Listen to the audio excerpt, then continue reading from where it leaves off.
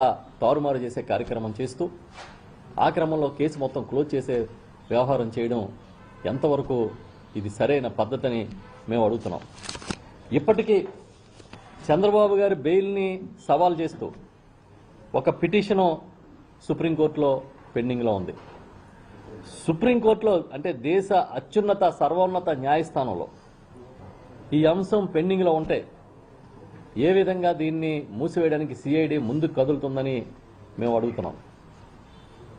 ఏ విధంగా మీరు కేసుని ముందుకి కదలకుండా ఆపి దాని మొత్తాన్ని కేసునే తీసేయాలని కుట్ర చేస్తూ ఉన్నారు. మీకు ఒక నిజంగా నిజాయితీ ఉంటే ఇది తప్పని కోర్టులో నిరూపించుకోవాల్సింది పోయి కేసుని మీరు ఏ విధంగా వెనక్కి తీసుకుంటారు? ఈ కేసు మీద ఆ రోజు ఈ ఏపీ ఎస్ఎస్డిసి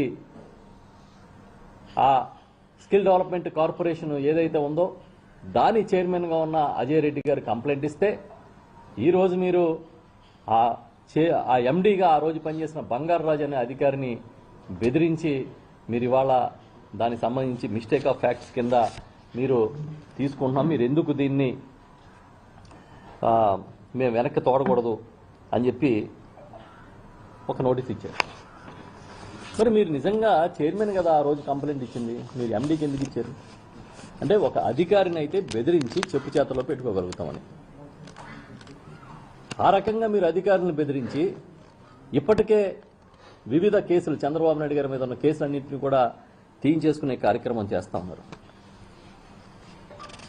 మరి రేపొద్దున ఇదే విధానం మీరే చాలా గొప్ప దార్శనికులని మీరే కితాబిచ్చుకుంటారు కదా. ఇదే విధానం ఈ దేశం మొత్తం మీద మిగతా ప్రజాప్రతినిధులు మిగతా అత్యున్నత స్థానంలో ఉన్న నాయకులు కూడా అమలు చేస్తే సామాన్యుడి పరిస్థితి ఏంటి, చట్టాల పరిస్థితి ఏంటి అని అడుగుతున్నాం మేము.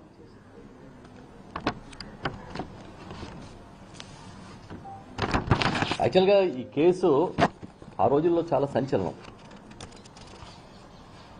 ఆ రోజు చాలా డిస్కషన్ జరిగింది దీని మీద. అసెంబ్లీలో జరిగిన చర్చలో కూడా నేను పాల్గొన్నా. మీకు ఈ స్కాములన్నిటికీ కూడా చాలా చిత్రమైన పద్ధతులన్నీ కూడా అవలంబిస్తారు చంద్రబాబు నాయుడు గారి హయాంలో. కానీ అనుకోకుండా ఈ స్కామ్లో షెల్ కంపెనీల దగ్గర నుంచి అన్నీ దొరికిపోయినాయి. నిజానికి ఇవాళ ఫిర్యాదుదారుల్ని సాక్షుల్ని బెదిరించి వాళ్ళతో తప్పుడు స్టేట్మెంట్లు ఇప్పించి ఆ రోజు మేము ఇచ్చిన స్టేట్మెంట్ తప్పు అంటూ మళ్ళీ మిస్టేక్ ఆఫ్ ఫ్యాక్ట్స్ అని చెప్పి కొత్త సాక్ష్యాలు కొత్త వాంగ్మూలాలు నమోదు చేసి ఆ కేసుని నీరుగార్చి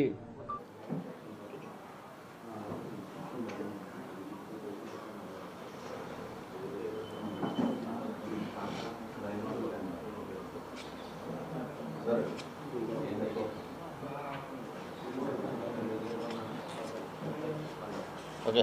సో అందరికీ నమస్కారం. ఈరోజు మన రాష్ట్ర ముఖ్యమంత్రి చంద్రబాబు నాయుడు గారు అన్నిటికీ నేనే సృష్టికర్తనని ఎప్పుడు చెప్పుకుంటూ ఉంటారు. అది కంప్యూటర్ అవ్వచ్చు, లేకపోతే ఇంకొక డెవలప్మెంట్ వ్యవహారం అవ్వచ్చు, ఏదైనా సరే నేనే సృష్టించాను అని సత్యానాథుల దగ్గర మొదలుకొని ఎవరన్నా ఆటగాడు ఒక మెడల్ కొడితే కూడా అది నాదే అని చెప్పే చంద్రబాబు నాయుడు గారు మళ్ళీ ఈ దేశానికి ఇంకొక మార్క్ కొత్త విధానం ఒకటి పరిచయం చేస్తూ ఉన్నారు. అదేంటంటే అధికారంలో ఉన్నవాళ్ళు ముఖ్యమంత్రి సీట్లో కూర్చుని అంతకుముందు వాళ్ళ మీద ఏదైనా కేసులు ఉంటే వాళ్లే తీసేసుకోవచ్చు అనే కొత్త విధానాన్ని ఈయన ప్రవేశపెడతా ఉన్నాడు. ఈయన తాను చాలా నిజాయితీపరుణ్ణని నమ్ముతూ ప్రజలందరినీ నమ్మించాలనే ప్రయత్నం నిరంతరం చేస్తూ ఉంటాడు. వాళ్ళ కొత్తగా ఈయన స్కిల్స్ అన్నీ ఒకటి బయటపడతా ఉన్నాయి. ఇప్పుడు కొత్త స్కిల్ ఏంటంటే అవినీతి చేసేది ఆయనే, విచారణ జరిపేది ఆయనే, తీర్పులు ఇచ్చుకునేది ఆయనే, కేసులు మూసేసుకునేది కూడా ఆయనే. ఇది కొత్త స్కిల్. ఇది ఇంతకుముందు ఎప్పుడు ఈ స్కిల్ ఆయన ప్రదర్శించలేదు. తాజాగా తీసుకొచ్చిన ఈ నైపుణ్యం ఏంటంటే తన మీద ఉన్న తీవ్రమైన ఆరోపణలు, జైలుకి వెళ్ళిన కేసును కూడా ఆయనే దీన్ని నీరుగార్చుకునే ఒక కొత్త విధానాన్ని ప్రవేశపెట్టుకున్నాడు. దీన్ని బట్టి మనకు చూస్తే ఏమర్థమవుతుందంటే ఈ రాష్ట్రంలో రాజ్యాంగం అనే దానికి విలువ లేదు. ఈ రాష్ట్రంలో రాజ్యాంగానికి కట్టుబడి పరిపాలన చేస్తామని ప్రమాణం చేసిన చంద్రబాబు నాయుడు గారు ప్రజాస్వామ్య వ్యవస్థలకి కనీస విలువ కూడా ఇవ్వకుండా మొత్తం వ్యవస్థలన్నింటినీ కూడా నిర్వీర్యం చేసే పరిస్థితి తీసుకొచ్చారని మనకు అర్థమవుతుంది. మీకు తెలుసు, గతంలో 2014-19 మధ్య ఈ రాష్ట్రంలో ఒక పెద్ద స్కామ్ జరిగింది. దాన్నే స్కిల్ స్కామ్ అంటారు. అంటే ఈ నిరుద్యోగులకి, విద్యార్థులకి నైపుణ్యాన్ని నేర్పిస్తామని చెప్పి 100 కోట్ల రూపాయలు ఎత్తేశారు.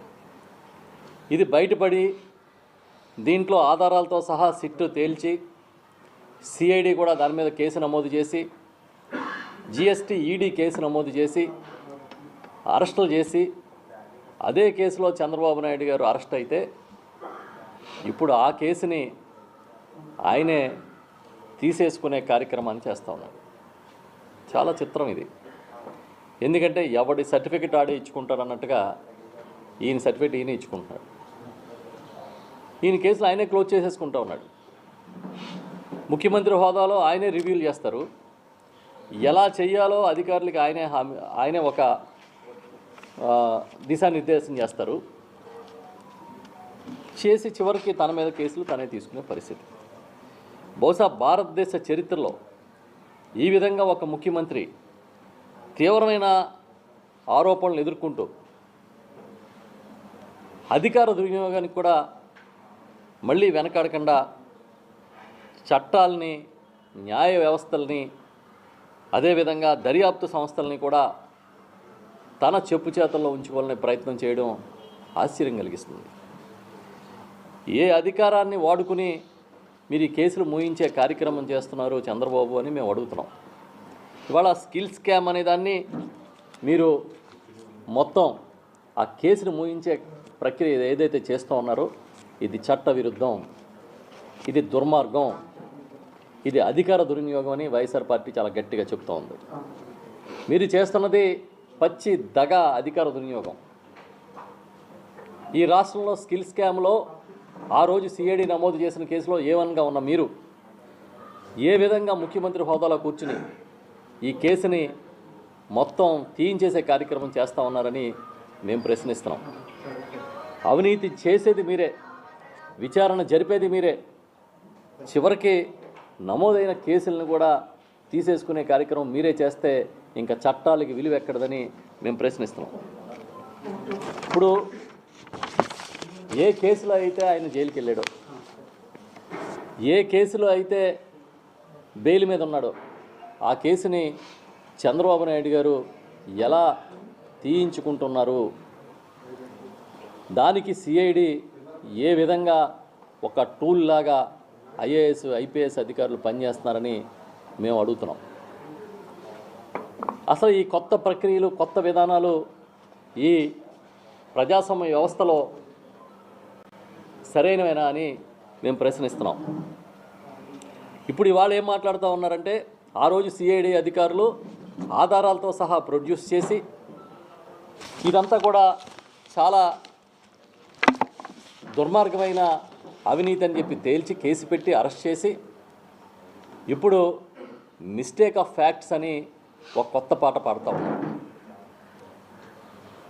నిజాల్లో నిగ్గు తేల్చే విషయంలో పొరపాటు జరిగిందని ఒక కొత్త పాట ఎత్తుకుని ఆ ప్రకారం ఈ మిస్టేక్ ఆఫ్ ఫ్యాక్ట్స్ కింద మొత్తం అన్నింటినీ కూడా తారుమారు చేసే కార్యక్రమం చేస్తూ ఆ క్రమంలో కేసు మొత్తం క్లోజ్ చేసే వ్యవహారం చేయడం ఎంతవరకు ఇది సరైన పద్ధతిని మేము అడుగుతున్నాం. ఇప్పటికీ చంద్రబాబు గారి బెయిల్ని సవాల్ చేస్తూ ఒక పిటిషను సుప్రీంకోర్టులో పెండింగ్లో ఉంది. సుప్రీంకోర్టులో అంటే దేశ అత్యున్నత సర్వోన్నత న్యాయస్థానంలో ఈ అంశం పెండింగ్లో ఉంటే ఏ విధంగా దీన్ని మూసివేయడానికి సిఐడి ముందుకు కదులుతుందని మేము అడుగుతున్నాం. ఏ విధంగా మీరు కేసుని ముందుకి కదలకుండా ఆపి దాన్ని మొత్తాన్ని కేసునే తీసేయాలని కుట్ర చేస్తూ ఉన్నారు. మీకు ఒక నిజంగా నిజాయితీ ఉంటే ఇది తప్పని కోర్టులో నిరూపించుకోవాల్సింది పోయి కేసుని మీరు ఏ విధంగా వెనక్కి తీసుకుంటారు? ఈ కేసు మీద ఆ రోజు ఈ ఏపీఎస్ఎస్డిసి ఆ స్కిల్ డెవలప్మెంట్ కార్పొరేషన్ ఏదైతే ఉందో దాని చైర్మన్గా ఉన్న అజయ్ రెడ్డి గారు కంప్లైంట్ ఇస్తే ఈరోజు మీరు ఆ ఎండీగా ఆ రోజు పనిచేసిన బంగారరాజు అనే అధికారిని బెదిరించి మీరు ఇవాళ దానికి సంబంధించి మిస్టేక్ ఆఫ్ ఫ్యాక్ట్స్ కింద మీరు తీసుకుంటున్నాం, మీరు ఎందుకు దీన్ని మేము వెనక్కి తోడకూడదు అని చెప్పి ఒక నోటీస్ ఇచ్చారు. మరి మీరు నిజంగా చైర్మన్ కదా ఆ రోజు కంప్లైంట్ ఇచ్చింది, మీరు ఎండీకి ఎందుకు ఇచ్చారు? అంటే ఒక అధికారిని అయితే బెదిరించి చెప్పు చేతల్లో పెట్టుకోగలుగుతామని,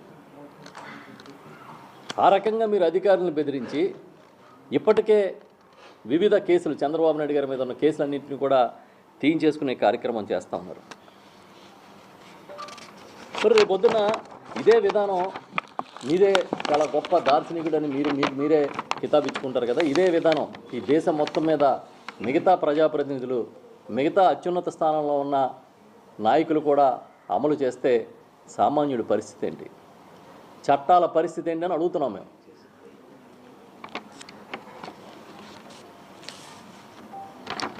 యాక్చువల్గా ఈ కేసు ఆ రోజుల్లో చాలా సంచలనం. ఆ రోజు చాలా డిస్కషన్ జరిగింది దీని మీద, అసెంబ్లీలో జరిగిన చర్చలో కూడా నేను పాల్గొన్నాను. మీకు ఈ స్కాములన్నిటికీ కూడా చాలా చిత్రమైన పద్ధతులన్నీ కూడా అవలంబిస్తారు చంద్రబాబు నాయుడు గారి హయాంలో. కానీ అనుకోకుండా ఈ స్కామ్లో షెల్ కంపెనీల దగ్గర నుంచి అన్నీ దొరికిపోయినాయి.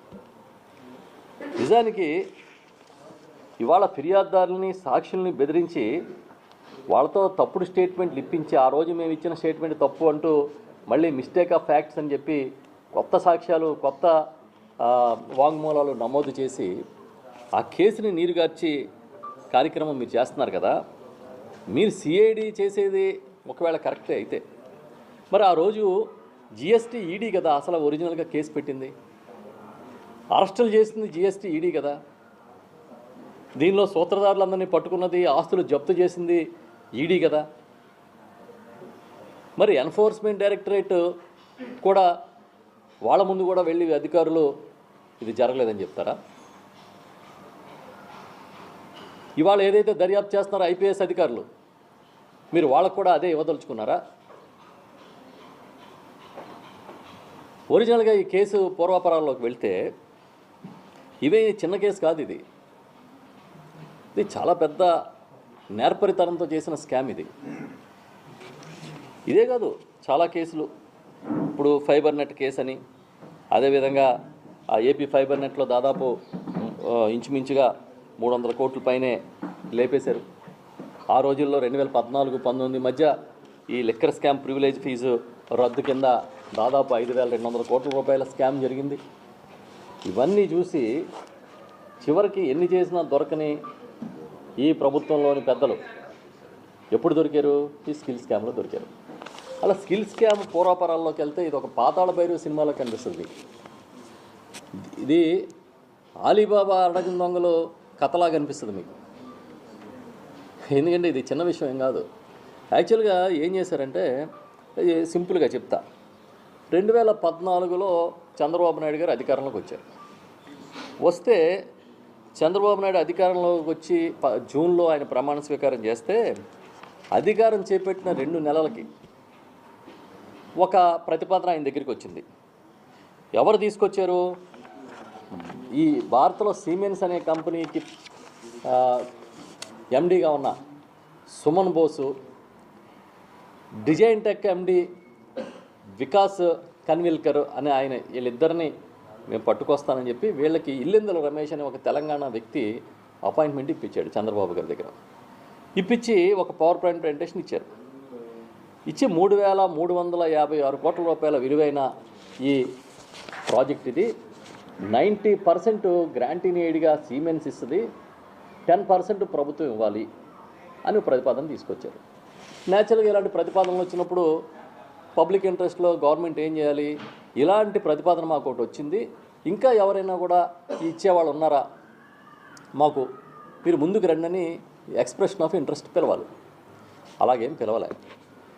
లేదా ఎవరైనా ఒక కంపెనీ ఒక ప్రతిపాదన ఇస్తే, ఉదాహరణకి ఒక బ్రిడ్జి కట్టడానికి 1000 కోట్లు అవుతుంది అనుకోండి, ఇచ్చినప్పుడు ఇంకా గవర్నమెంట్ ఏం చేస్తుందంటే వాళ్ళ దగ్గర నిపుణులతో ఇది 1000 కోట్లు అవుతుందో లేదో అని పరీక్ష చేస్తారు. అలాంటిది ఏం చేయకుండా వీళ్ళు ఎవరైతే సబ్మిట్ చేశారో వాళ్ళు ఇచ్చిన ప్రాజెక్ట్ కాస్ట్ని డిపిఆర్ కింద తీసుకున్నారు, డీటెయిల్డ్ ప్రాజెక్ట్ రిపోర్ట్ కింద తీసుకున్నారు. తీసుకుని అదే ప్రాజెక్ట్ రిపోర్ట్ కింద పరిగణించి ఇంక ఎలాంటి వాళ్ళని ఏ ఇంట్రెస్ట్లో పిలవకుండా నేరుగా వాళ్ళకి అలాట్మెంట్ ఇచ్చారు. అసలు కనీసం కొంచెమైన జ్ఞానం ఉంటే, బాధ్యత ఉంటే, ఇందులో అవినీతి లేకపోతే ఫస్ట్ ఏం చేయాలి, 10% మేము పెడతాం కదా అంటే సుమారు 370 కోట్లు ఎంతో పెట్టాలి. మిగతా 90% మీరు ఏ రూపంలో పెడతారని అడగాలి. మీరు కంప్యూటర్లు ఇస్తారా, సాఫ్ట్వేర్ ఇస్తారా, టేబుళ్ళు కుర్చీలు ఇస్తారా, మ్యాన్ పవర్ ఇస్తారా, భోజనాలు పెడతారా వచ్చిన అభ్యర్థులకి అని కదా అడగాలి. ఏమీ అడగకుండా సింపుల్గా దాన్ని ఓకే చేశారు. ఓకే చేసి ఎవడైనా ఏ ప్రాజెక్ట్ అయినా ఇప్పుడు 90% 10% వాటాల కింద పెట్టాల్సి వచ్చినప్పుడు అక్కడ 90%లో 10% వాళ్ళు ఖర్చు పెట్టినప్పుడు ఈ 10%లో 1% గవర్నమెంట్ రిలీజ్ చేయాలి. అంతే కదా రూలు. అలా కాకుండా ముందు వీళ్ళు 371 కోట్ల రూపాయలు రిలీజ్ చేశారు. ఆగా మేఘాల మీద ఫైనాన్స్ డిపార్ట్మెంట్ అధికారులు రాశారు నోట్ ఫైల్, ఇది కరెక్ట్ కాదు, ప్రొసీజర్లో జరగట్లేదని. అయినా సరే ఆనాడు ముఖ్యమంత్రిగా ఉన్న చంద్రబాబు నాయుడు గారు, ఆనాడు కన్సర్న్ మినిస్టర్గా ఉన్న అచ్చెన్నాయుడు గారు వీళ్ళందరూ పరుగులు పెట్టించి ఈ డబ్బులు రిలీజ్ చేయించారు. రిలీజ్ చేయించి ఏం చేశారు, ఈ 370 కోట్లలో ఒక 56 కోట్లు ఎంతో పెట్టి సాఫ్ట్వేర్ కొన్నారు. మిగతా 331 కోట్లు అసలు స్టోరీ అంతా ఇక్కడే ఉంది. ఈ 331 కోట్లు ఏమైనాయి? ఒక దశలో 2018లో పూణే నుంచి ఒక ఆయన ప్రభుత్వానికి ఫిర్యాదు చేశాడు. ఏమని ఫిర్యాదు చేశాడంటే, మీ రాష్ట్రంలో ఒక దారుణమైన అవినీతి కార్యక్రమం, ఒక స్కామ్ జరుగుతుంది, మీరు చూసుకోండి అని ఏసీబీకి. పట్టించుకోలేదు, ప్రభుత్వానికి రాస్తే పట్టించుకోలేదు. 2019లో ప్రభుత్వం మారిపోయింది. మామూలుగా నిజంగా మీరు నిజాయితీ పరులైతే ఏదైనా ఒక కంప్లైంట్ వస్తే వెరిఫై చేయాలి కదా, ఆ విజిల్ బ్లోయర్ ఇచ్చిన ఇన్ఫర్మేషన్ని తీసుకోవాలి కదా, తీసుకోలే. ఆ క్రమంలో ఏం జరిగిందంటే 2 కంపెనీలు ఎవరైతే సీమెన్స్, డిజైన్ టెక్ అని 2 కంపెనీలకు ఇచ్చారు కదా, వీళ్ళు ఈ 2 కంపెనీలు ఏం చేసిందంటే ఈ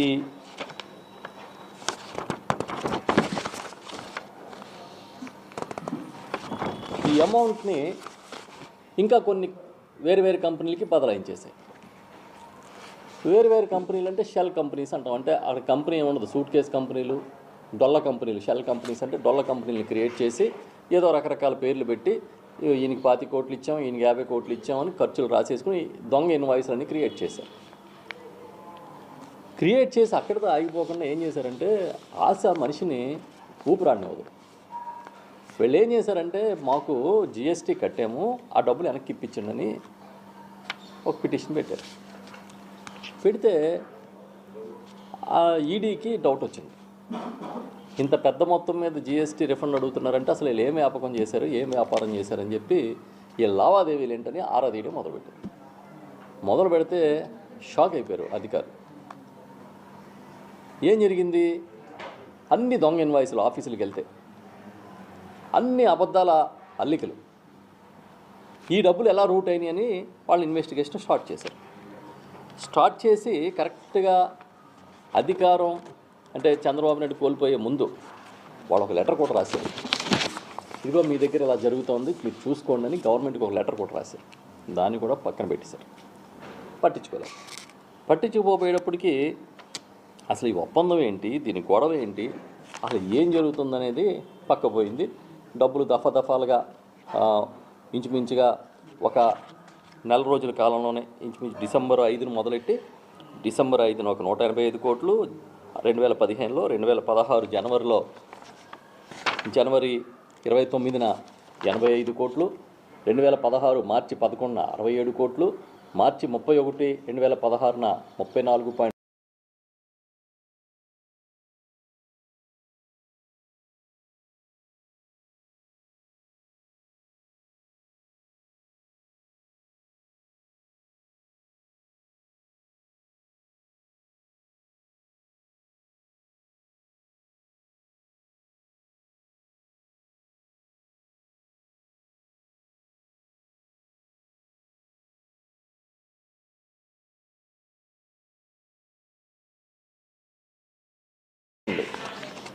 పరిస్థితులు ఇలా ఉంటే ఇప్పుడు సడన్గా ఇదంతా మిస్టేక్ ఆఫ్ ఫ్యాక్ట్స్ అని చెప్పి కేసును తీసేయడం కోసం పెద్ద ఎత్తున కుట్ర చేశారు. మేము అడుగుతున్నాం, అంటే గవర్నమెంట్ మారినప్పుడల్లా మిస్టేక్ ఆఫ్ ఫ్యాక్ట్స్ అయిపోతాయా? కేసుల దర్యాప్తులన్నీ కూడా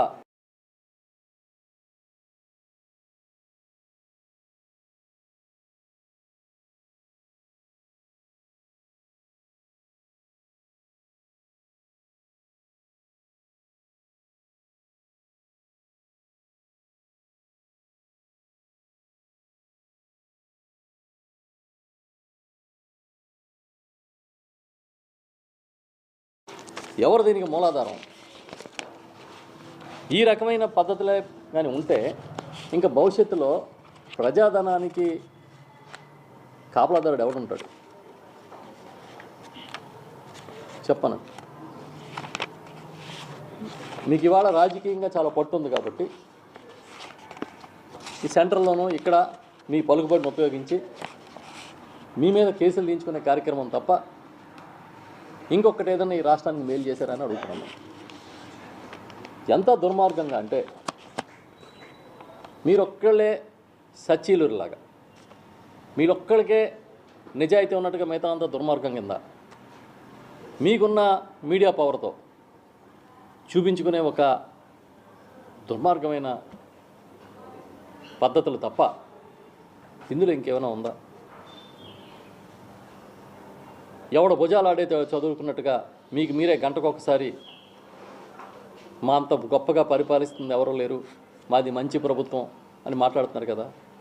మీరు మంచి ప్రభుత్వం అయితే మీరు నిజాయితీగా నికార్సుగా నిలబడి మీరు కదా ఫైట్ చేయాలి కోర్టులో. అది వదిలేసి మీరే డైరెక్షన్ ఇచ్చుకుని మీరు మొత్తం వ్యవస్థలన్నింటినీ కూడా గుప్పిట్లో పెట్టుకునే కార్యక్రమం ఏ విధంగా చేస్తారని మేము అడుగుతున్నాం.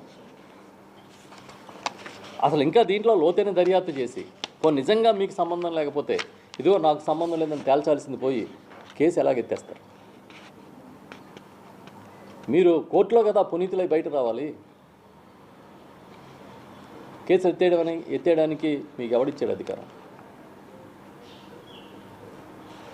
మేము అడుగుతున్నాం, ఈ విధంగా మీరు ఐఏఎస్ ఐపీఎస్ అధికారులు ఈ విధంగా ప్రవర్తించడం ఏ రకమైన ఒక సంకేతం ప్రజలకు ఇస్తున్నారో మీ వ్యవస్థలు అర్థం చేసుకుంటున్నాయని అడుగుతున్నాం.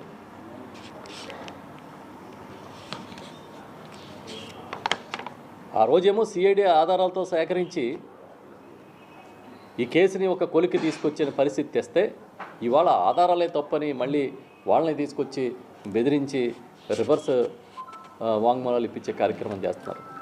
మరి ఈ పద్ధతి మీరే ప్రవేశపెడితే రేపొద్దున్న ఇతర రాష్ట్రాల్లో కూడా ఇవే జరగవా? ఏదైతే ఇది ఆ రోజు సంచలనం కింద మారిందో ఆ స్కిల్ స్కామ్ని మీరు తప్పించుకోవాలని చూసినా టెక్నికల్గా మీరు తప్పించుకోవాలనుకుంటున్నారేమో కానీ ఇది ఎంత మాత్రం మీరు బయటపడలేని కేసు.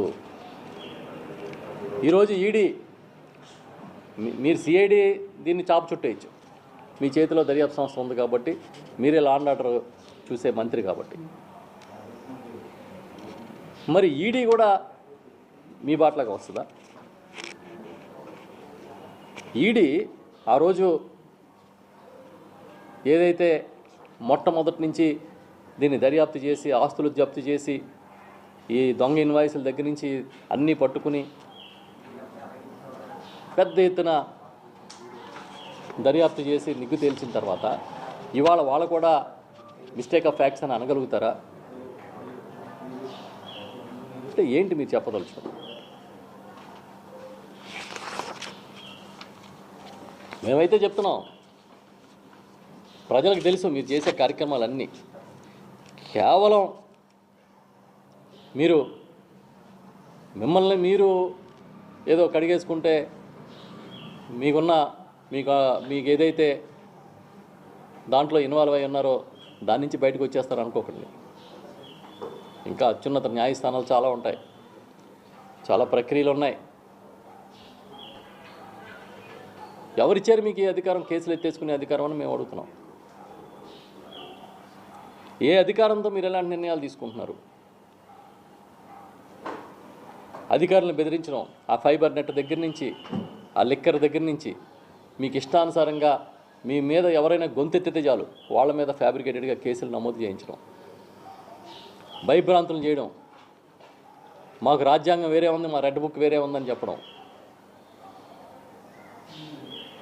ఇదా మీరు ఈ 18 నెలల కాలంలో సాధించిన గొప్ప ఘనత? ఈ 18 నెలల కాలంలో ఏమి సాధించారు అంటే ఒక్కటైనా మీరు చెప్పగలుగుతారా? అటర్ఫ్లాప్ సినిమాకి విజయోత్సవం చేసినట్టుగా ఆ సూపర్ 6 అయ్యింది లేదు, జరిగింది లేదు, అమలు చేసింది లేదు. సూపర్ 6 సూపర్ హిట్ అని భారీ బహిరంగ సభలు పెడతారు. మీకేమో భజన బృందాలు ఎక్కువ, ఎవడ తాళవాడు వేసుకుంటూ తిరుగుతున్నారు. మీ అదృష్టం అది. అందరినీ కూడా మీరు చెప్పు చేతల్లో ఉంచుకోగలుగుతారు. ఆ రహస్యం ఇతర రాజకీయ నేతలకు తెలియదు.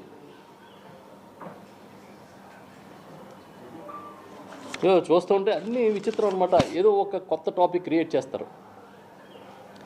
ఆవకాయ అమరావతి, అమరావతికి ఏం బ్రాండింగ్ చేస్తారా మీరని మాలాంటి వాళ్ళందరం ఎదురు చూస్తున్నాం. అమరావతికి ఏం బ్రాండింగ్ తేగలుగుతారు అసలు అని అంటే సరిగ్గా మీకు దానికి సూట్ అయ్యే బ్రాండింగ్ చేశారు. ఆవకాయ పేరు పెట్టి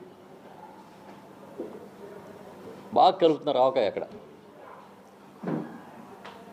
ఆవకాయ అమరావతి అంట. దానికోసం 40 నుంచి 50 కోట్లు ఖర్చు పెడతారంట. ఆరోగ్యశ్రీకి బకాయిలు ఇవ్వడానికి డబ్బులు లేవు, ఫీజు రీంబర్స్మెంట్కి డబ్బులు లేవు, ఉద్యోగస్తులు జీతాలు ఇవ్వడానికి డబ్బులు లేవు. ఇంకో పక్కన అప్పులు రోజుకి 500 కోట్లు అప్పు చేస్తారు సగటున. ఇదిగో ఆవకాయ అమరావతి అని బ్రాండింగ్. పాపం అమరావతి రైతులు కూడా మేము మోసపోయామని మాట్లాడుతున్న వీడియోలు, రీల్స్ ఇవాళ సోషల్ మీడియాలో చూస్తున్నాం. నీళ్లు తోడడానికి 100 కోట్లు, తుప్పలు కొట్టడానికి 100 కోట్లు. మీరు చెప్పిన ఈ అమరావతి రాజధాని ప్రాంతంలో నీళ్లు తోడి మళ్ళీ నదిలో పోయడానికి 100 కోట్లు, కృష్ణానదిలో పోయడానికి. ఇవాళ వరకు పోనీ 18 నెలల కాలంలో కనీసం ఆ యాక్సెస్ ఇవ్వడానికి ఆ కరకట్ట, మీరు నివాసం ఉన్న కరకట్ట రోడ్డు అన్న వెడల్పు చేశారంటే అది కూడా లేదు. ఎంతసేపు కట్టుకథలు, పిట్ట కథలు, అబద్ధాలు, అభూత కల్పనలు దీంతో గడుపుతున్నారు. ఒలింపిక్స్ అన్నారు, అన్నారు, అద్భుతం అమరావతి అన్నారు, ఆవకాయ దగ్గర తెచ్చారు. ఇప్పుడు మీ ఆవకాయ అమరావతి అసలు ఏమి చెప్పాలనుకుని మీరు ప్రయత్నిస్తున్నారనేది మాకు అర్థమైంది. మంచిగా పెట్టారు కాయినేజ్. అమరావతికి ఆవకాయకి ఏం సంబంధం మాకైతే తెలియట్లేదు, కానీ ఆవకాయ అమరావతి అనేది మాత్రం సూటబుల్గానే మాలాంటి వాళ్ళకి కొంచెం లోతుగా ఆలోచిస్తే అర్థమవుతుంది. ఒక పక్కన ప్రజలు గగ్గోలు పెడుతుంటే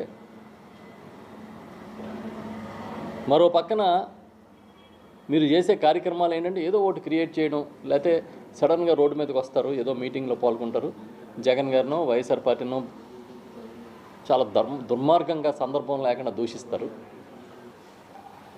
దూషించిన వెంటనే వాళ్ళ ఉద్దేశం ఏంటంటే మేమందరం కూడా అన్నీ వదిలేసి వైఎస్ఆర్ పార్టీ తరఫున మేము కూడా దాంట్లో ఆ గోల్లో పడిపోతే ఈ లోపల ఈ కేసులు ఎత్తేసుకోవడం, ఈ ఫెస్టివల్స్ చేసుకోవడం ఇవన్నీ నడుస్తూ ఉంటాయి అనేది.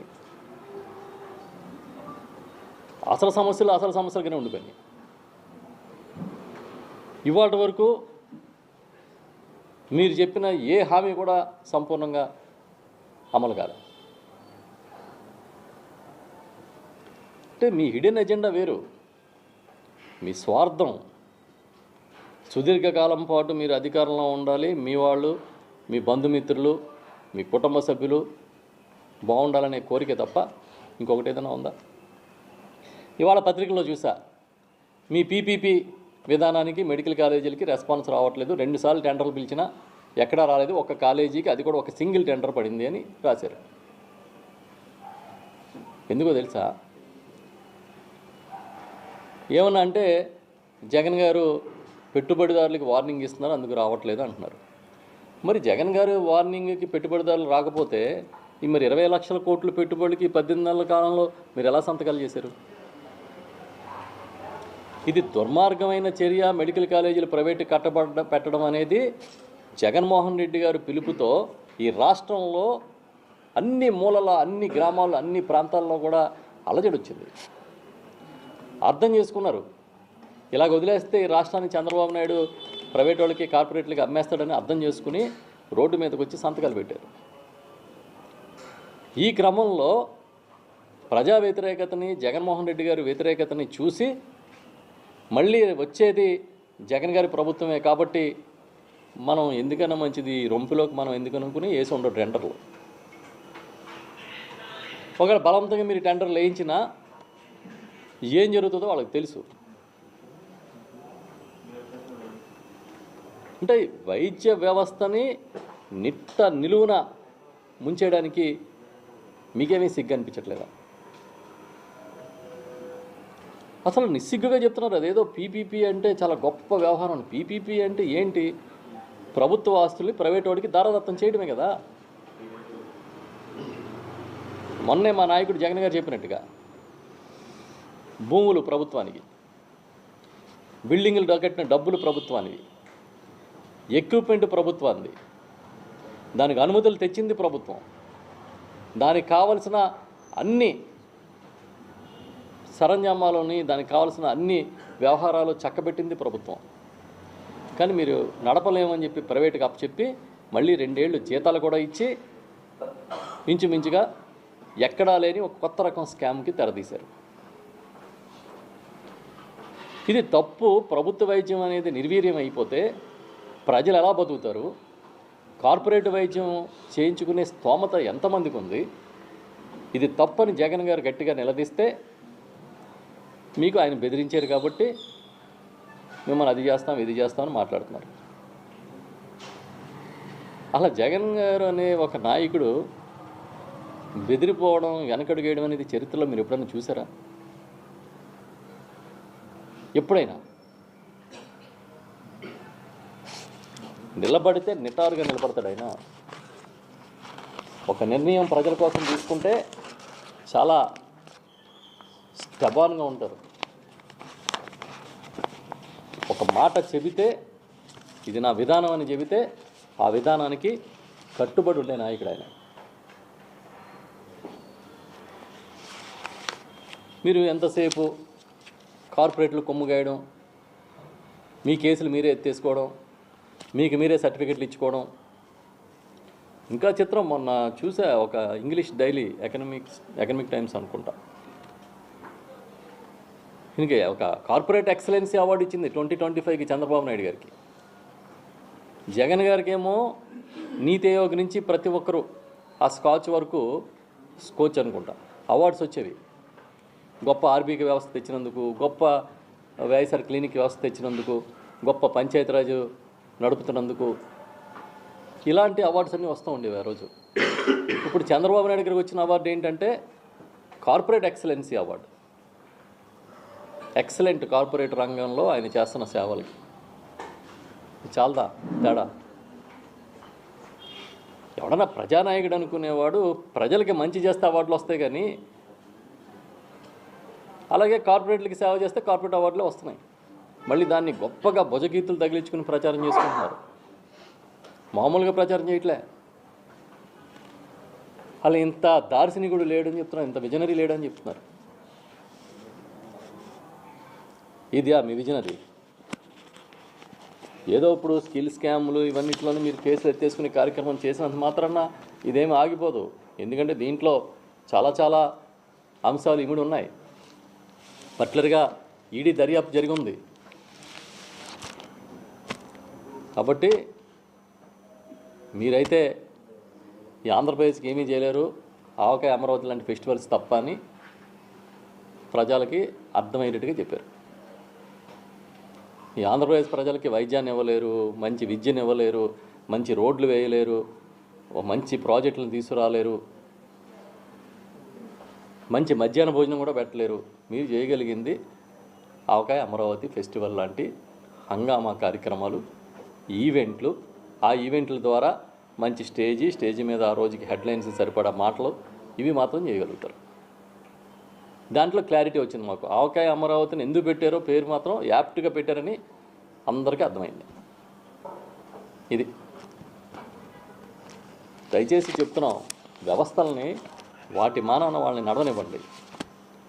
వాటిని నడవనివ్వకుండా మధ్యలో మీ డైరెక్షన్ ఎక్కువైపోతే అది ప్రజలకి ప్రజాస్వామ్య వ్యవస్థలకి కూడా మంచిది కాదనేది మేము చెప్తున్నాం. Okay, right.